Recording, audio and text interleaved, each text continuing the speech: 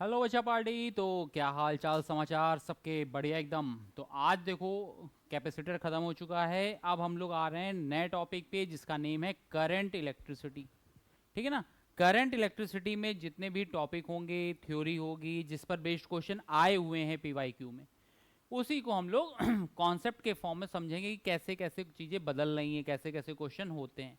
तो time waste बिल्कुल ना करो। माय नेम इज़ धीरज कपूर और मैं ही आज आपको करंट इलेक्ट्रिसिटी पढ़ा रहा हूँ। कई दिनों से मैं ही पढ़ा रहा हूँ तो उसमें कोई नई बात नहीं है। तो इसलिए कॉपी पेन निकाल लीजिए, टाइम वेस्ट बिल्कुल भी नहीं करना है। हमारा टारगेट है कि मैक्सिमम टू मैक्सिमम 40 मिनट्स में ये ख़त्म हो जाए, है ना, ताकि आपको रिवीजन करने में आसानी रहे। क्लियर है। कॉपी पेन निकालिए, फिर बातें करते हैं। तो देखो करंट इलेक्ट्रिसिटी मेन है। अब यहाँ पे बेसिक फॉर्मूले पहले लिख लेते हैं। जैसे आई का फॉर्मूला होता है क्यू बाई टी। क्यू का एक और फॉर्मूला होता है एन इंटू ई। एन हो गया नंबर ऑफ इलेक्ट्रॉन। फिर उसके बाद आता है कि n e equal to I t भी हो सकता है। ठीक है ना। फिर तुम्हारा आता है कि एक होता है करंट डेंसिटी। करंट डेंसिटी होता है आई अपॉन ए। फिर तुम्हारा आता है mu equal to mobility V D upon E. जो जो चीज़ें नहीं समझ में आएंगी अभी लिख देंगे। सिक्स होता है हमारा वी डी का फॉर्मूला। वी डी के दो फॉर्मूले बनते हैं, आई अपॉन ए एन ई बनता है एक तो फॉर्मूला, और एक अगला फॉर्मूला होता है वी डी इक्वल टू जिसको बोलते हैं e V upon m l into tau. अब यहाँ पे देखो जो जो चीज़ें नहीं पता है, क्यू हो गया हमारा चार्ज, आई हो गया करंट,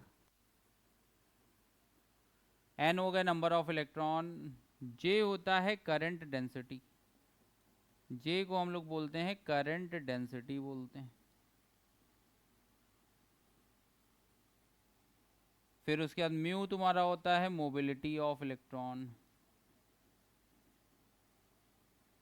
वीडी होता है ड्रिफ्ट वेलोसिटी। सब नोट करते चलो बेटा कॉपी में। टाउ तुम्हारा होता है रिलैक्सेशन टाइम।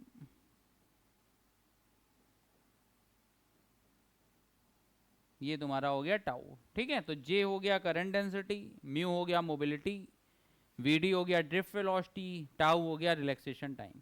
अब इन्हीं को जब कंबाइन किया जाता है तो यहां से देखो v अपॉन आई, इसकी वैल्यू आती है m upon N E square tau L upon ए।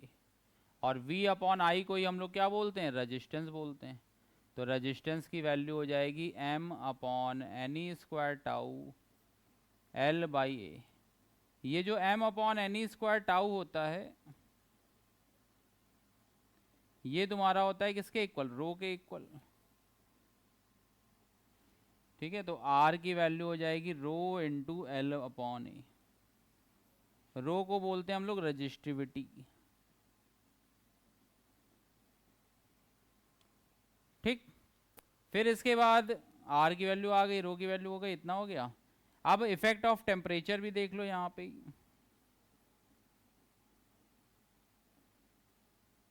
तो टेम्परेचर में अगर कंडक्टर है तो फॉर्मूला होता है R t equal to R naught one plus alpha t. ठीक है। ये हमारा इसका फॉर्मूला हो जाएगा। तो यहाँ तक इतनी सारी चीज़ें समझ में आ गई। क्लियर है बेटा इतना। अब इसके बाद देखो कुछ और चीज़ें हैं। जैसे करंट जो है वो कैसी क्वांटिटी है, स्केलर क्वांटिटी है। ओम्स लॉ वेक्टर फॉर्म में बोलेंगे तो कितना हो जाएगा, जे इक्वल टू सिग्मा ई हो जाएगा। जे करंट डेंसिटी होती है। करंट डेंसिटी जो होती है वो कौन सी क्वांटिटी है, वेक्टर क्वांटिटी है। करंट कौन सी क्वांटिटी होती है, वो होती है स्केलर क्वांटिटी। ठीक है। जे हो गई कौन सी, जे हो गई हमारी वेक्टर क्वांटिटी। फिर उसके बाद करंट हो गई स्केलर क्वांटिटी, म्यू तुम्हारा ये हो गया, जे सिग्मा हो गया। अब देखो यहाँ पे जी इक्वल टू होता है 1/r और सिग्मा इक्वल टू होता है 1/रो। देखो रजिस्टेंस का उल्टा कंडक्टेंस, रजिस्टिविटी का उल्टा कंडक्टिविटी, और तो कुछ चीजें हो नहीं रही हैं। तो जी हो गया हमारा कंडक्टेंस, और सिग्मा जो हो गया वो हो गया हमारा कंडक्टिविटी। तो इतना तुम लोग नोट कर लो, इसका स्क्रीनशॉट ले लो बेटा। हर एक चीज विजिबल हो रही है सबको। ओम्स लॉ हो गया, ये सारे फॉर्मूले कवर हो गए हमारे। अब इसके बाद एक एक करते हुए इसमें और डिटेल में आते हैं। अब देखो टेम्परेचर का इफेक्ट की बात होगी किसके इस पे, रेजिस्टेंस पे, है ना, मेटल्स के लिए, एलॉय के लिए और सेमीकंडक्टर के लिए। तो देखो यहाँ पे अगर हम इफेक्ट ऑफ टेम्परेचर बताएं किस पे, रेजिस्टेंस पे और रेजिस्टिविटी पे, तो ध्यान रखना बेटा मेटल्स की अगर हम बात करेंगे तो मेटल्स के लिए रो और टेम्परेचर। तो यहाँ पे जैसे जैसे हम टेम्परेचर बढ़ाएंगे वैसे ही रो भी क्या होगा, इंक्रीज होगा। तो इस वाले में होगा टेम्परेचर इंक्रीज करेंगे तो रो भी इंक्रीज होगा और रेजिस्टेंस भी इंक्रीज होगा। एलॉय में भी यही होता है, लेकिन एलॉय का थोड़ा ऊपर से चलता है। तो यहाँ पर भी वही चलता है, टेम्परेचर अगर बढ़ेगा तो रेजिस्टेंस भी बढ़ेगा और रेजिस्टिविटी भी बढ़ेगी। सेमीकंडक्टर में उल्टा होता है। सेमीकंडक्टर में क्या होता है, सेमीकंडक्टर में इसका रिवर्स होगा। तो टेम्परेचर अगर बढ़ेगा तो रेजिस्टेंस घटेगा और रेजिस्टिविटी भी घटेगी। ठीक है, ये पूरा एक्सप्लेनेशन पूरा जो प्रॉपर क्लासें होती हैं उसमें पूरा बताया गया है। ठीक है, यहाँ पे तुम लोगों को बस अभी एक ओवरव्यू देना है कि जल्दी से जल्दी चीज़ें रिवाइज कर लो। ये रिवीजन क्लास ही हो रही है एक तरीके से, है ना। ये इसको ये ना समझना कि ये मेरी रेगुलर क्लासें हैं। रेगुलर क्लास होती है तो इतनी छोटी तो नहीं होती है, ठीक है ना। इसी टॉपिक को समझाने में हमें 15-20 मिनट लगते हैं और अच्छे से समझाया जाता है वहाँ पे। तो यहाँ पे ये चीज़ समझ में आ गई, क्लियर है, इतना नोट कर लो।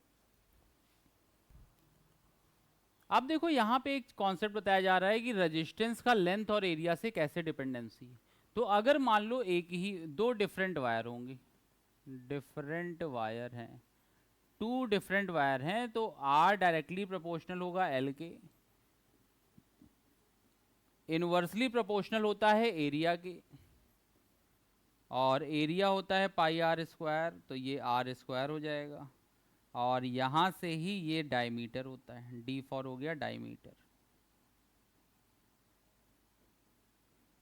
ठीक है, तो ये तुम्हारा डायमीटर हो जाएगा। फिर उसके बाद अगर मान लो एक ही वायर है, ठीक है ना, एक ही वायर के साथ कुछ किया जा रहा है, क्या किया जा रहा है, या तो उसको स्ट्रेच किया जा रहा है या कंप्रेस किया जा रहा है। तो अगर हमें एक ही वायर के साथ हम कुछ भी कर रहे हैं, स्ट्रेच कर रहे हैं या कंप्रेस कर रहे हैं, या कुल मिलाकर के ऐसा कह दे रहे हैं कि वॉल्यूम कांस्टेंट हो रहा है, कहीं से भी अगर ऐसी वर्डिंग समझ में आ रही है कि वॉल्यूम क्या हो रहा है, कांस्टेंट हो रहा है, तो उस समय जो फॉर्मूले बनेंगे वो बन जाएंगे R directly proportional to l square, inversely proportional to A square. A square है तो रेडियस की पावर कितना हो जाएगा, 4 हो जाएगा, और डायमीटर की पावर भी कितना हो जाएगा, 4 हो जाएगा।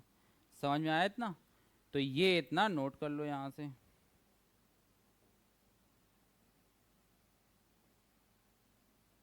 क्लियर है इतना।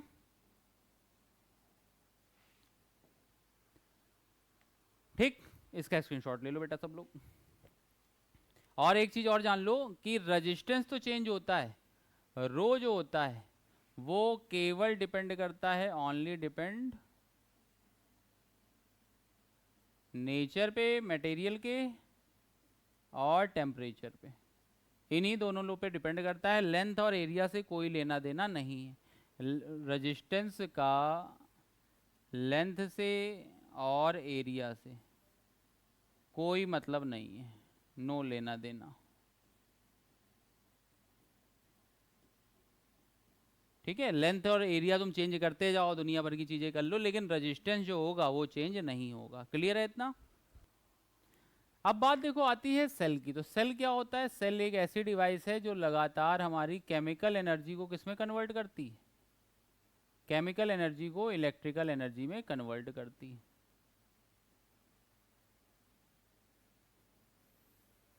ठीक है, अब इसके बाद सेल में बनाने का तरीका क्या होता है, एक बड़ा डंडा बनाते हैं और एक छोटा डंडा। बड़े डंडे वाले को प्लस, ये माइनस, ये आर हो गया।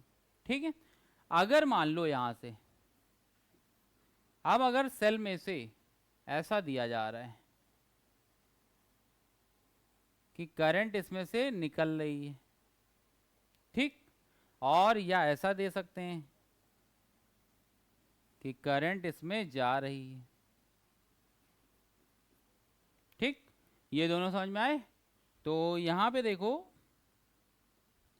अगर यहां से प्लस वाले से करंट जा रही है तो V का फॉर्मूला हो जाएगा E माइनस आई आर, और अगर प्लस वाले में करंट आ रही है तो इसका मतलब हो जाएगा V equal to E plus I r. यहां पे सेल वर्क कर रहा है, work done by the cell,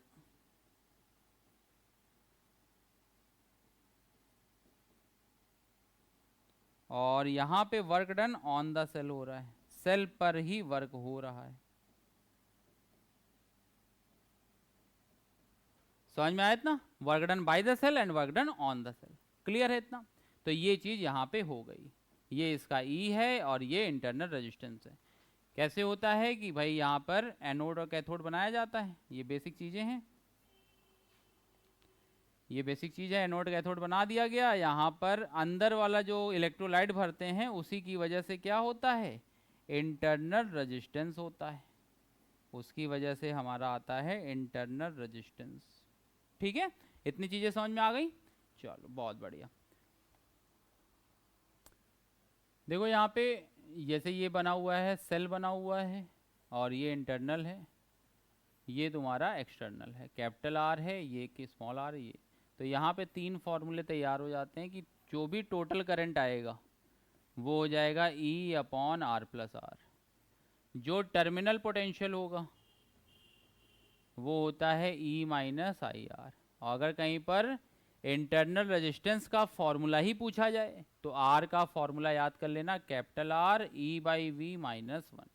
तो ये हमारे क्या होंगे, सेल से रिलेटेड फॉर्मूले आ जाएंगे। एक सेल में इतनी सारी चीजें होती हैं। बनता कैसे है, एनोड और कैथोड मिला करके बनता है, EMF कहलाता है ये। सेल का जो E लिखा हुआ है वो कहलाता है EMF, electromotive force of a cell. ये क्या होता है कि जैसे मान लो कि एनोड और कैथोड में जब हम लोग बनाते हैं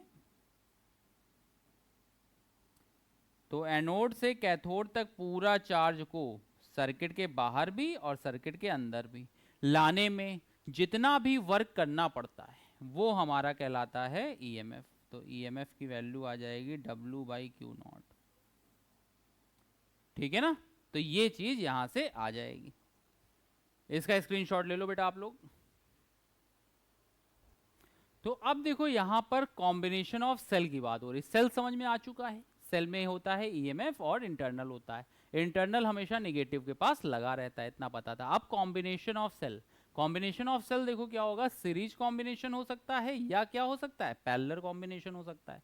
तो सीरीज कॉम्बिनेशन होगा तो ये तुम्हारा आ गया E1, ये हो गया R1, ये हो गया E2, ये हो गया R2, ये हो गया E3, ये हो गया R3। ठीक है, अब यहाँ पे जब हम इसको ऐड करते हैं, अगर हम ई इक्वलेंट पूछेंगे इसका तो ये तुम्हारा आ जाएगा E1 plus E2 plus E3।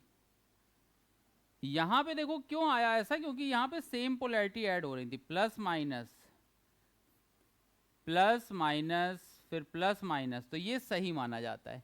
अगर सेम सेम आ जाए, जैसे प्लस माइनस, जैसे ये देखो E1 है, माइनस है ना, ये अभी प्लस से अटैच हुआ, अब ये माइनस इसी माइनस से अटैच हुआ, तो इसको हम लोग बोल देंगे रॉन्ग कनेक्शन। ठीक है, ये हमारा कहलाता है रॉन्ग कनेक्शन। तो जब रॉन्ग कनेक्शन हो जाता है तब ई इक्वलेंट की वैल्यू जो आती है वो आती है E1 plus E2 minus E3। Are equivalent में तो कोई दिक्कत नहीं है, आर इक्वलेंट तो वही रहेगा, R1 plus R2 plus R3, यहाँ पर भी वही रहने वाला है, are equivalent R1 plus R2 plus R3।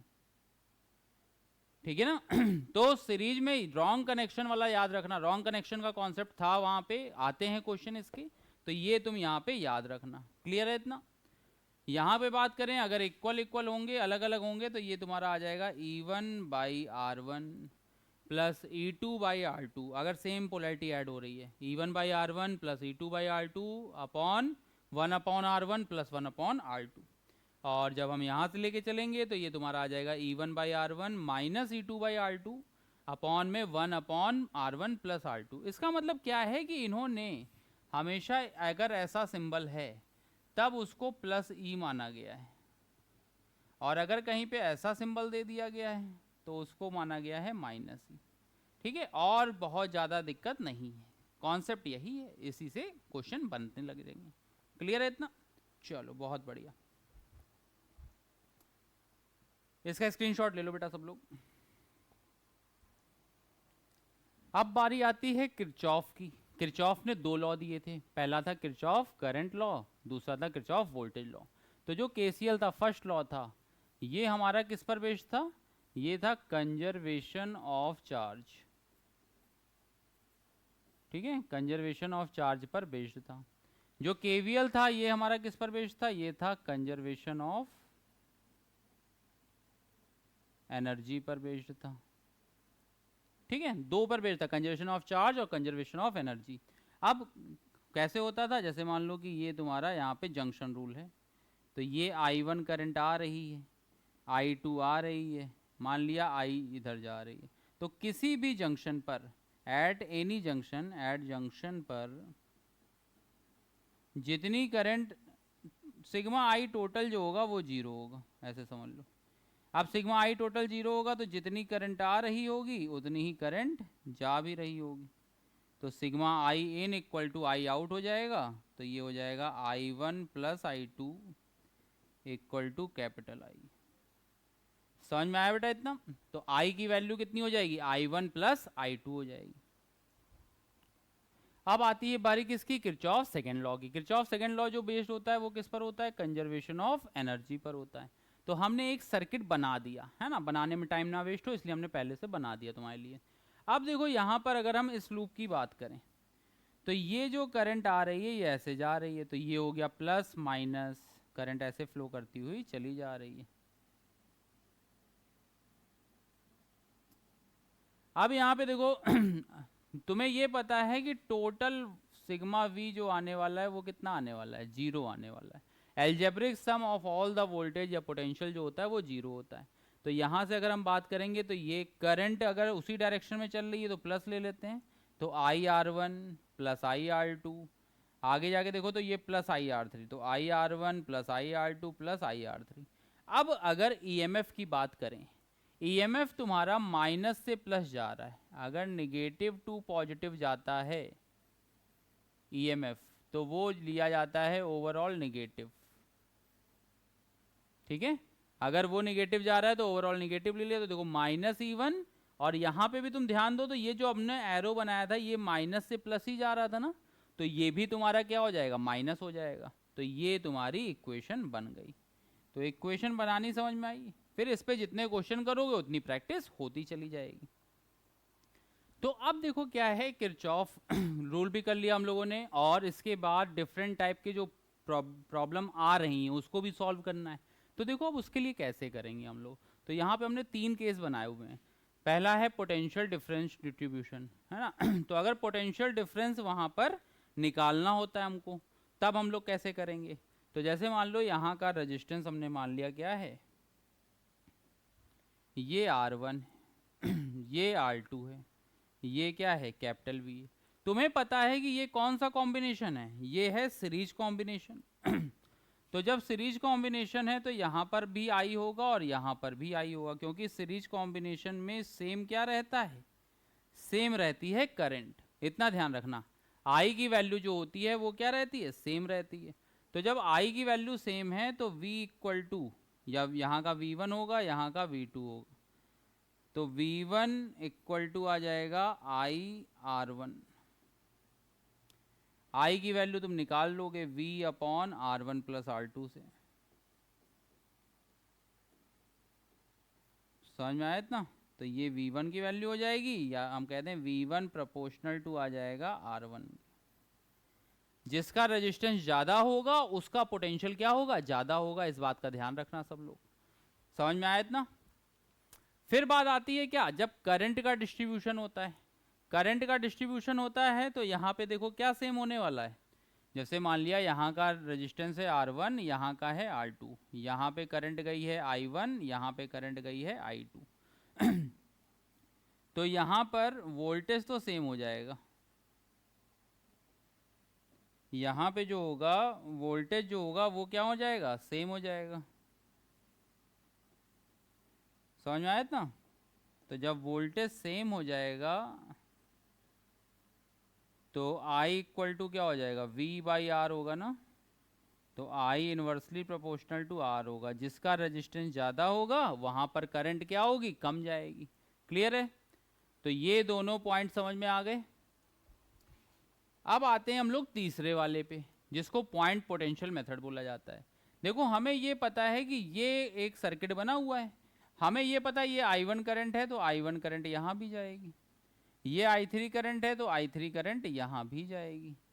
यहाँ का पोटेंशियल कितना हो जाएगा, x-4 हो जाएगा। यहाँ का पोटेंशियल कितना हो जाएगा, x-2। और यहाँ का कितना दिया हुआ है, 0 दिया हुआ है। तो देखो x-2 क्यों हुआ, क्योंकि x को हमने माना और यहाँ से जब आए तो ये बड़ा डंडा आ गया ना, प्लस टर्मिनल आ गया। तो जब प्लस टर्मिनल आता है तो यहाँ पे सब्ट्रैक्ट हो जाता है। यहाँ पे भी देखो गए तो प्लस टर्मिनल आ गया तो x-4, यहाँ से आए तो यहाँ पे भी वही आएगा, तो यहाँ पर भी x-10 कर देंगे। तो देखो क्या होगा, अब हमें पता है कि किसी भी जंक्शन पे जो करंट का सम होता है वो कितना आता है, 0 आता है। तो हमें पता है कि I1 plus I2 plus I3 की वैल्यू कितनी हो जाएगी, 0 हो जाएगी। अब I1 देखो कितना हो जाएगा, I1 हम यहाँ से निकालते हैं तो ये हो जाएगा x-2/4। ठीक है, इसकी बात करेंगे तो आ जाएगा x-10/2। इसकी बात करेंगे तो आ जाएगा x-4/2 इक्वल टू 0। ठीक है, यहाँ से हम क्या करेंगे, यहाँ से हम x की वैल्यू निकाल लेंगे। तो यहाँ से जब x की वैल्यू निकाली तो वो कितनी आ गई, 6 वोल्ट आ गई। मेथड समझ में आया? हम क्या करते हैं, जब पॉइंट पोटेंशियल पे पॉइंट वैल्यू निकाल लेते हैं और उसके बाद क्वेश्चन सॉल्व करते हैं। अब देखो कॉम्बिनेशन ऑफ रजिस्टर्स की बात करते हैं हम तो कॉम्बिनेशन ऑफ रजिस्टर्स में सीरीज कॉम्बिनेशन भी है और पैरेलल कॉम्बिनेशन भी है। तो फिर से वही सीरीज कॉम्बिनेशन में अगर एक ही रास्ता है तो वो किस में हो जाएगा, सीरीज में। और अगर अलग अलग रास्ते हैं तो वो किस में हो जाएगा, पैरेलल में। तो यहाँ पर I की वैल्यू सेम रहती है, V की वैल्यू क्या होती है, वेरिएबल होती है। और यहाँ पे अगर हम करेंगे तो I की वैल्यू क्या होगी, वेरिएबल होगी, और V की वैल्यू क्या होने वाली है, सेम होने वाली है। तो यहाँ पर जो R इक्वलेंट का फॉर्मूला आएगा वो आ जाएगा R1 plus R2 plus R3।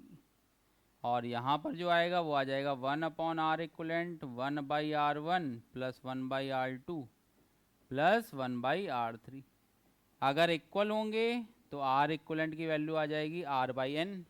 R equivalent की वैल्यू कितनी हो जाएगी, R/N हो जाएगी। और यहाँ पे जब होगा तो ये कितनी हो जाएगी, N × R हो जाएगी। तो R इक्वलेंट की वैल्यू यहाँ से कैलकुलेट हो जाएगी। समझ में आया बेटा? सीरीज में जब करते हैं तो एक टर्मिनल से दूसरे टर्मिनल जाने का केवल अगर एक ही रास्ता है, ठीक है, अगर केवल एक ही रास्ता है तो वो हमारा कहलाता है सीरीज कॉम्बिनेशन। और अगर अलग अलग रास्ते होते हैं तो वो हमारे कहलाते हैं किसमें, पैरेलल कॉम्बिनेशन में। I की वैल्यू क्या होगी, सेम होगी। V की वैल्यू क्या होगी, वेरिएबल होगी। यहाँ पे देखो I की वैल्यू क्या होगी, वेरिएबल होगी, और V की वैल्यू क्या होगी, सेम होगी। तो हमें इतना सब यहाँ पे याद करना पड़ेगा। एक एक बात समझ में आई बेटा? क्लियर है? कहीं कोई डाउट तो नहीं है? चलो बहुत बढ़िया। अब देखिए कुछ क्वेश्चन जो बहुत ही ज़्यादा फेमस भी हैं या नेमिंग मेथड के नाम से जानते हैं इसको। ये जो क्वेश्चन होते हैं इसको सबसे सिंपल मेथड होता है नेमिंग मेथड, कि हम क्या करते हैं, नाम दे देते हैं।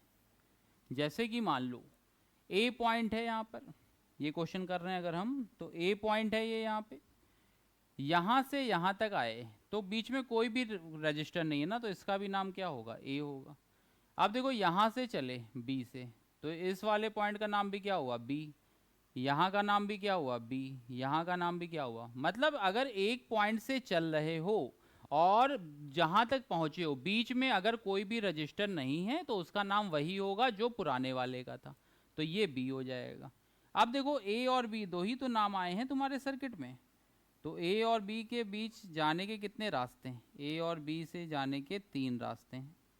तो ये R1 R2 R3 ये हमारा पैरेलल में आ जाएंगे। ठीक है, एक ऐसे ही बहुत क्वेश्चन आता है कि मान लो ऐसा कोई दिया हुआ है, इस टाइप से दिया रहता है, कह दिया आर आर और ये आर है। तो देखो देखने में तो ये बहुत सिंपल लगता है, एक सीरीज कॉम्बिनेशन होगा एक लाइन में, लेकिन लाइन नहीं होती ना यहाँ पे। ये जो 2 वायर लगे हुए हैं इसमें नेम देना पड़ेगा। तो नेमिंग का मेथड देखो क्या हुआ, यहाँ का नाम क्या होगा, ए से चले और यहाँ तक आए तो नाम क्या रहा, ए रहा। यहाँ पे बी था, यहाँ तक आए तो इसका नाम क्या हो गया, बी हो गया। अब देखो ये बी उठ करके यहाँ पे आया है तो ये बी हो गया, और ये वाला ए उठ करके यहाँ पे आया है तो इसका नाम क्या हो गया, ए हो गया। तो अब देखो ए से बी जाने के कितने रास्ते हैं, ए से बी जाने का एक रास्ता ये है, एक रास्ता ये है, एक रास्ता ये है। तो यहाँ से ये तुम्हारे तीनों रास्ते जो होंगे ये तुम्हारे किस में हो जाएंगे, पैरेलल में हो जाएंगे। इसका देख लेते हैं, इसमें देख लो यहाँ पर ए और बी वाला समझ में आ गया। अब मान लो इसमें ये कहा गया है कि हमें इसके बीच ए और यहाँ पर बी, इसके बीच हमें क्या चाहिए, हमें चाहिए नेट रेजिस्टेंस। तो देखो यहाँ पे इसका नाम मान लेते हैं सी, तो ये सी है तो ये भी क्या होगा, सी होगा। इतनी बात समझ में आ रही है। अगर ये सी है तो यहाँ से यहाँ तक तो कोई रेजिस्टेंस है नहीं, तो इसका भी नाम क्या होगा, सी होगा। बहुत बढ़िया। तो देखो अब 3 नाम है हमारे पास, ए बी और बीच में कहीं सी है। अब देखो ए से सी जाने के कितने रास्ते हैं, ए से सी जाने के हैं 2 रास्ते। तो ये तो तुम्हारा ए से सी जाने के 2 रास्ते ये हो गए। फिर देखो सी से बी जाने के कितने रास्ते हैं, सी से बी जाने के हैं 2 रास्ते, एक रास्ता ये है और एक रास्ता ये। तो ये तुम्हारे फिर से 2 रास्ते हो गए ना। और ए से बी जाने का भी एक रास्ता है, तो ये तुम्हारा ऐसे हो गया, इसको बी काट के यहाँ पे लिख लो। तो ये हमारा ऐसे सर्किट बन जाएगा। समझ में आया, हर एक चीज समझ में आ रही बेटा। चलो तो ये देखो एक क्यूब का क्वेश्चन बहुत ही ज़्यादा फेमस है और बहुत बार आया हुआ है, अलग अलग पॉइंट पे पूछा जाता है। तो जिन 3 पॉइंट पे पूछा जाता है हम उसको सीधे याद कर लेते हैं, अपनी रेगुलर क्लासों में उसको समझा दिया जाएगा। तो देखो यहाँ पे एक पॉइंट ए है, एक है सी। जो सी वाला पॉइंट होगा वो क्या कहलाएगा, एज कहलाएगी। ठीक है, जो डी वाला पॉइंट होगा वो हमारा क्या कहलाएगा, वो फेस कहलाएगा। और बी वाला जो होगा वो तुम्हारा होगा बॉडी डायगोनल। एक होता है फेस डायगोनल और एक होता है बॉडी डायगोनल। तो यहाँ पर देखो अगर हम आर ए बी निकालेंगे, अगर हम बॉडी डायगोनल निकालते हैं तो वो आता है 5r/6। अगर हम एज निकालते हैं तो आता है 7r/12। और अगर हम फेस डायगोनल निकालते हैं तो वो आता है 3r/4 आता है। ठीक है, तो ये हमें याद होना चाहिए क्योंकि ये कई बार आ चुका है घुमा फिरा करके, तो तुम्हें याद होना चाहिए ताकि टाइम बचा लो। इसको सॉल्व कैसे करते हैं ये बता दिया जाएगा बाद में, और वीडियो देख लेना मेरी। क्लियर है इतना। चलो ठीक है, तो अभी जो करंट इलेक्ट्रिसिटी में जो जो चीज़ें इंपॉर्टेंट थी, जो ज़्यादा आती है ना, अब ये ना सोचना बोर्ड के हिसाब से नहीं कराया, मैक्सिमम एनर्जी नहीं कराया, ये नहीं कराया, जो PYQ में आ चुकी हैं, कई सारी चीज़ें आएंगी और जो टफ चीज़ें थी, फेमस थी, वो सारी चीज़ें कवर करा दी गई। तो करंट इलेक्ट्रिसिटी की वीडियो भी देखो आराम से, तुम अगर 30 मिनट ढंग से सुन लो तो तुम्हारी 2 यूनिट क्लियर हो जाएंगी करंट इलेक्ट्रिसिटी की, ओम्स लॉ वाली और सर्किट वाली। ठीक है, तो कहीं पर कोई भी डाउट हो तो कमेंट सेक्शन में अपना प्यार बरसाते रहना और लाइक और सब्सक्राइब कर देना बेटा। Take care all of you, bye bye.